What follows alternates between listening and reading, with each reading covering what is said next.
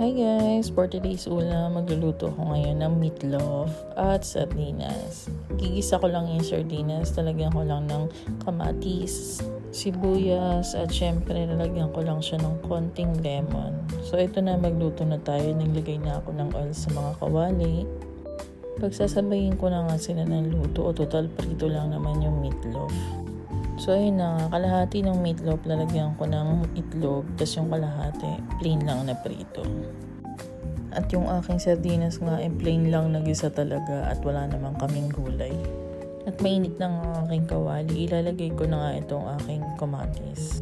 Halu-haluin ko lang siya hanggang sa maturog yung kamatis. At medyo okay na nga yung kamatis, medyo durog na, kaya ilalagay ko na rin itong sibuyas. Haluin ko lang ulit siya, ipapry ko lang siya ng konti.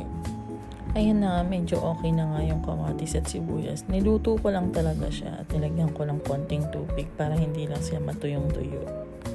Medyo pakukuluan ko nga lang yung tubig, saka ipip-flip ko lang itong maling at baka ito ay masunog na. Ilalagay ko na nga sana yung sardinas, kaya lang nakita ko yung maling masusunog na. So sabi ko itatanggalin ko muna at ilalagay sa plato bago ko ilagay yung sardinas sa kabila.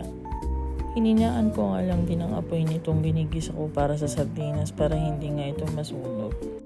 Maglalagay nga lang ulit ako ng second batch nitong maling ko at ilalagay ko na yung sardinas dito sa kabila.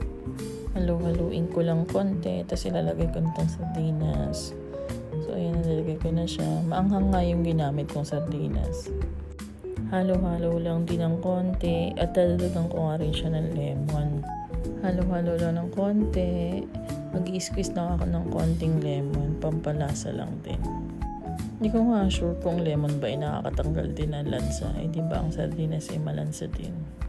Noong una nga tiniisip ko, igisa ko kaya ng may luya. Hindi ko kasi sure kung pwedeng gamitin ang luya dito sa sardinas So ito na, luto na yung sardinas. Akala mo niluto talaga luto naman na talaga siya. Ginisa ko lang talaga siya. Siyempre para lang maiba kaya ginisa ko. So ayan, napapatayin ko na yung apoy nito.